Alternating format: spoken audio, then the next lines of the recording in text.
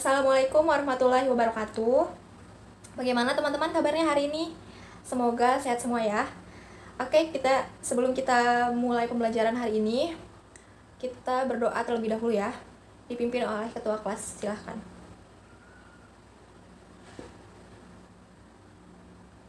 Ya, sudah selesai berdoa. Sebelum mulai ke pembelajaran kita absen dulu ya, Ibu absen dulu kehadirannya.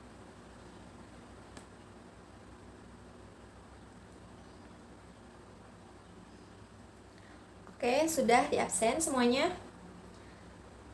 Sekarang kita mulai pembelajaran. Nah, di sini ada yang tahu nggak kita mau belajar apa hari ini? Ya, betul. Kita hari ini akan belajar menelaah struktur kebahasaan dan isi teks cerita inspiratif. Sebelumnya ada yang tahu nggak isi teks cerita inspiratif itu apa? Teks cerita inspiratif itu apa? Ada yang tahu di sini?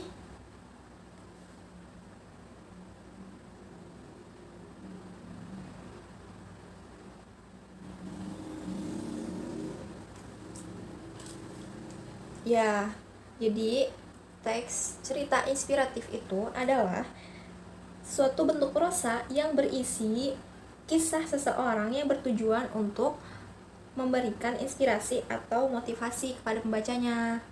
Nah, biasanya teks cerita inspiratif ini berisi tentang pengalaman seseorang, pengalaman pribadi seseorang yang membuat pembacanya itu menjadi termotivasi seperti itu.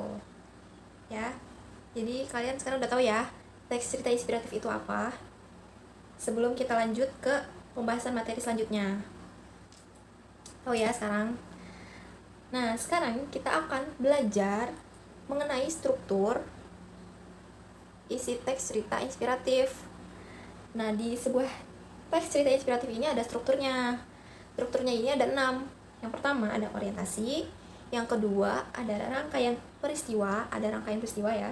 Yang ketiga ada komplikasi, yang keempat ada evaluasi, yang kelima ada resolusi, dan yang keenam atau yang terakhir ada koda. Nah, di sini Ibu akan menjelaskan satu persatu ya strukturnya. Yang pertama ada orientasi. Orientasi ini merupakan tahap awal atau bagian awal dari suatu teks cerita inspiratif. Biasanya orientasi ini berisi pengenalan si tokoh, pengenalan latar, tema, kayak gitu ya. Jadi merupakan bagian awal dari suatu teks cerita inspiratif. Yang kedua ada rangkaian peristiwa. Tahap ini berisi dimulai dari awalnya peristiwa sampai munculnya masalah. Jadi di rangkaian peristiwa ini merupakan dimulainya peristiwa tersebut sampai terjadinya masalah, sampai munculnya masalah. Yang ketiga ada komplikasi. Bagian ini berisi konflik atau berisi konflik sampai pada klimaks dari teks cerita inspiratif. Jadi komplikasi ini berisi permasalahan yang dialami si tokoh. Lalu yang keempat ada evaluasi. Evaluasi ini merupakan bagian yang berisi munculnya penyelesaian masalah. Jadi di evaluasi ini sudah mulai muncul jalan keluarnya, sudah mulai muncul pemecahan masalah dari si tokoh tersebut. Yang kelima ada resolusi. Nah, setelah muncul jalan keluar, mulai muncul penyelesaian masalahnya. Nah, di bagian resolusi merupakan bagian yang menyelesaikan masalah. Jadi di bagian ini berisi pemecahan masalah yang dialami si tokoh tersebut. Dan yang terakhir ada koda. Koda ini merupakan bagian penutup dari teks cerita inspiratif. Biasanya koda ini berisi simpulan atau amanat atau pesan positif yang dapat kita petik dari isi teks cerita inspiratif tersebut. Seperti itu. Jadi sudah jelas ya? Sudah jelas ke-6 struktur teks cerita inspiratif ini. Sampai sini ada yang mau ditanyakan? Oke, nggak ada ya. Semuanya udah pada ngerti ya. Struktur teks cerita inspiratif itu apa saja. Udah pada ngerti ya. Sekarang Ibu minta kalian untuk membagi kelompok menjadi 6 kelompok. Oke, sudah ya, sudah terbagi menjadi 6 kelompok ya sekarang. Sekarang Ibu minta kalian untuk membuka buku paket halaman 47, 48. Nah, di situ ada contoh teks cerita inspiratif ya. Di situ ada 2 contohnya. Jadi, kelompok 1 sampai kelompok 3 pakai contoh yang cerita inspiratif 1. Yang kelompok 4 sampai kelompok 6 kalian pakai contoh teks cerita inspiratif 2 ya.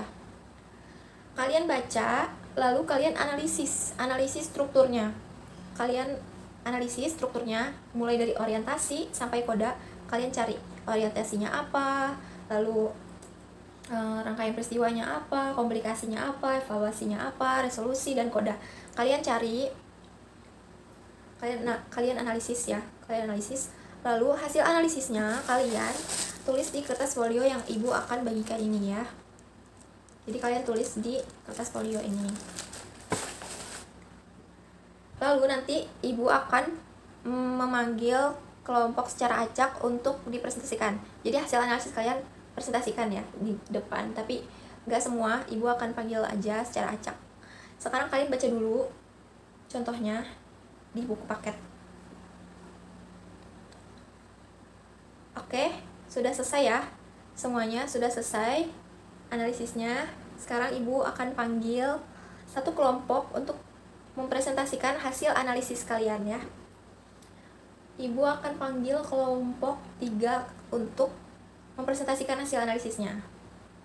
Ya, silakan kelompok 3 ke depan untuk mempresentasikan hasil analisisnya.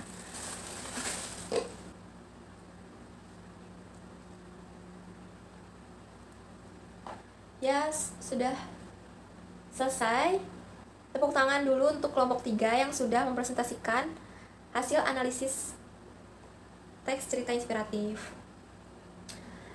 Ya, seperti itu ya teman-teman. Seperti itu analisis struktur teks cerita inspiratif. Kelompok 3 sudah menyajikan hasil analisis dengan sangat bagus dan sangat baik ya. Ya, seperti itu. Berarti kalian sudah mengerti ya bagaimana apa saja struktur cerita teks inspiratif dan bagaimana analisisnya. Kalian sudah mengerti ya. Sampai sini ada yang mau ditanyakan tidak? Ada yang mau ditanyakan sampai sini? Oke, tidak ada ya. Sebelum Ibu mengakhiri pembelajaran hari ini, Ibu akan memberi tugas kepada kalian untuk dikerjakan di rumah. Tugasnya tugas individu ya. Tugas individunya adalah kalian cari contoh teks cerita inspiratif di internet, lalu kalian analisis seperti yang tadi dikerjakan per kelompok. Kalau sekarang kerjakan individu, secara individu. Kalian cari contohnya di internet, lalu kalian analisis dan kerjakan di kertas folio, dikumpulkan pekan depan. Oke? Nah, yang hasil analisis kalian yang sekarang kumpulkan ke depan di meja Ibu sekarang. Oke? Sudah. Sebelum kita akhiri pembelajaran hari ini, mari kita berdoa terlebih dahulu. Oke, selesai. Terima kasih semuanya yang sudah mengikuti pembelajaran hari ini. Ibu tutup ya. Wassalamualaikum warahmatullahi wabarakatuh.